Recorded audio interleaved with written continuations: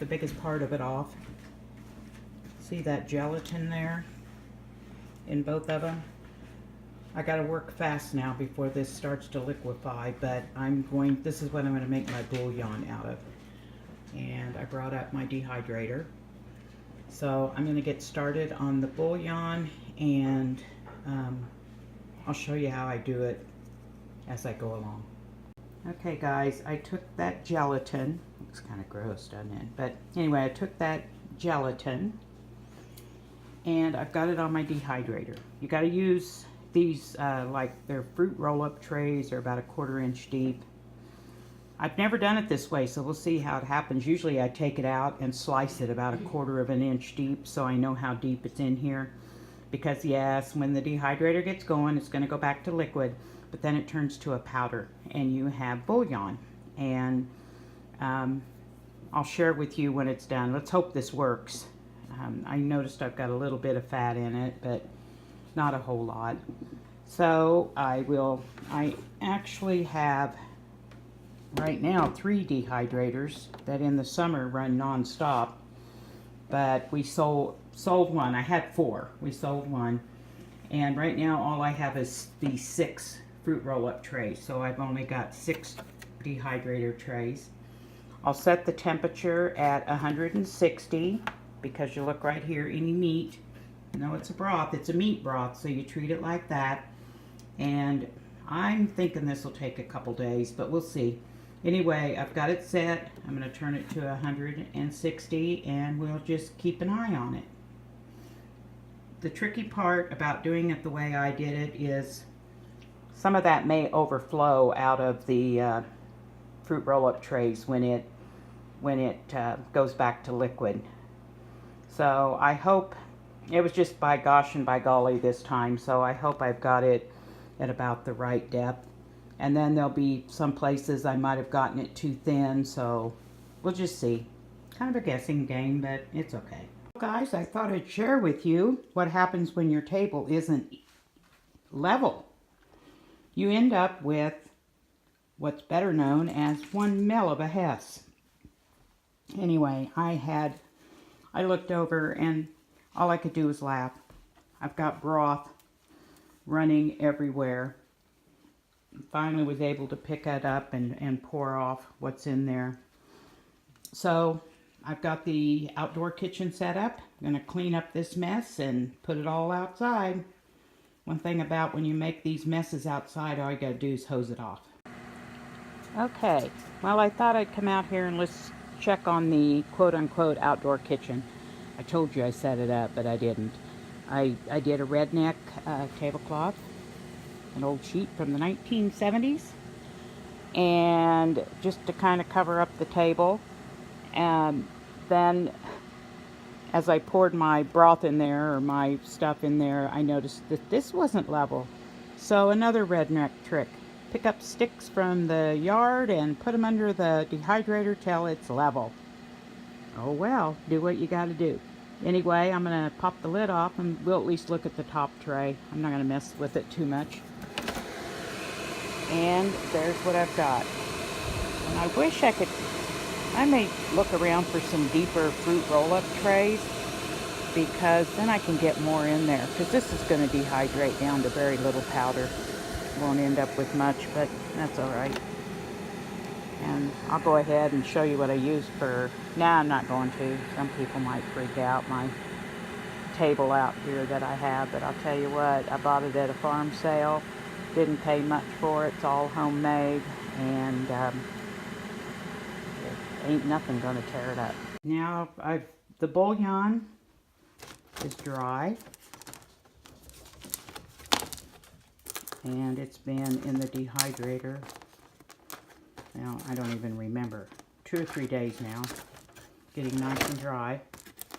And what I'm gonna do, I'm not sure I can do it one-handed. I really need to look for that thing, don't I?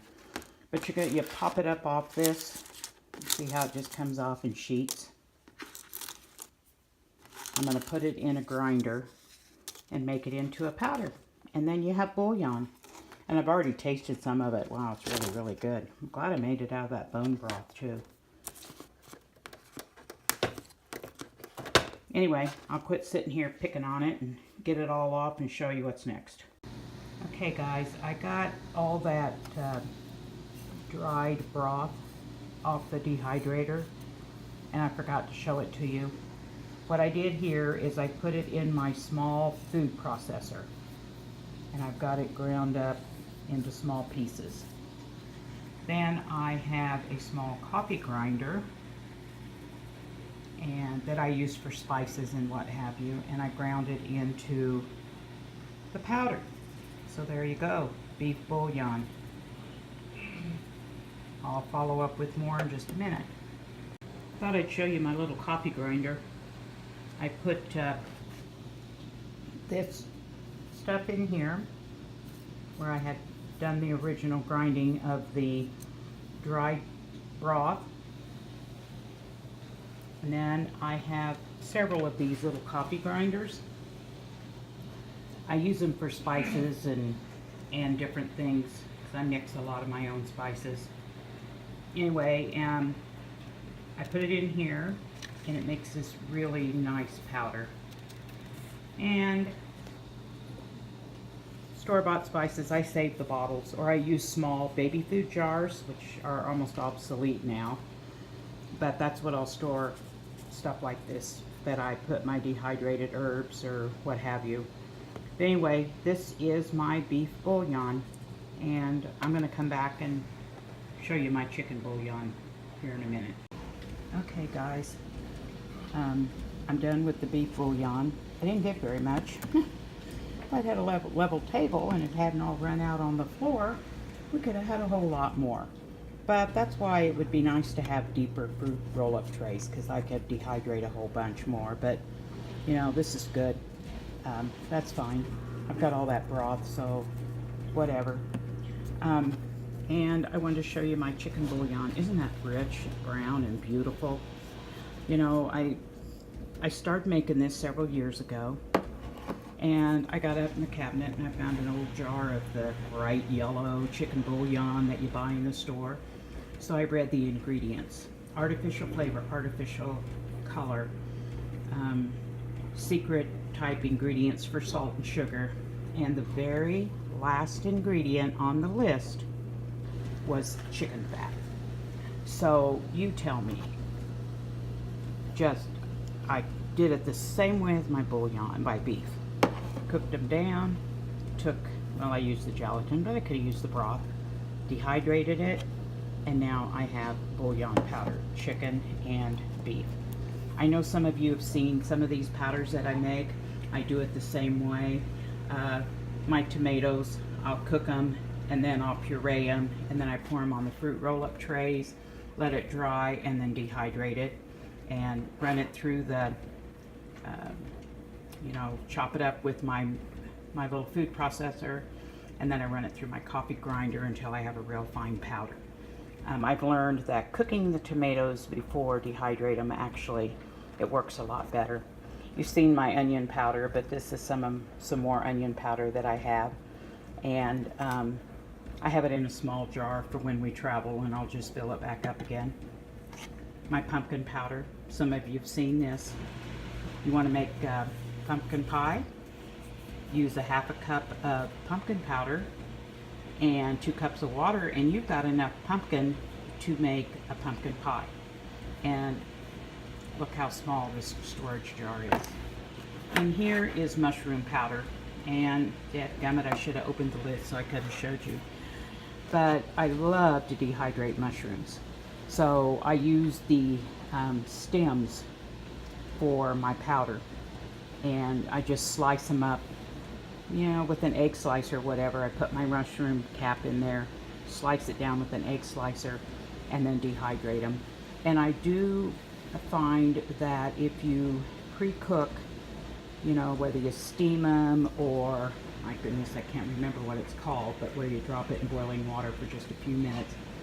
And any of these things that I do, they rehydrate a whole lot better. So if I want to make a pizza, I take my dehydrated, all of my dehydrated vegetables, peppers, onions, mushrooms, I rehydrate those. Take hot water, and you want to rehydrate in boiling water, it works a lot better. So So I take the boiling water and figure out how much water I have, and I add the tomato powder to it. I'll usually add a little extra because I want it to be thicker, and let it rehydrate, and then you add Italian seasonings and you have pizza sauce. Now, so simple. And you know, I could travel and not have to carry all those fresh vegetables and what have you, and I could have pizza out of dehydrated foods. So anyway, I'm kind of planning a few pantry meals I might share with you, and pizza is one of them I thought about. So anyway, I'm going to get this bouillon uploaded. Yeah, guys, I know it was a lot of work for a little bit of bouillon, but to me it's worth it.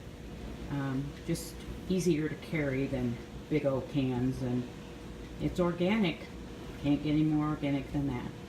Thanks for following along in this adventure, and I hope you'll continue to watch my videos, and I love your comments. Thanks, guys.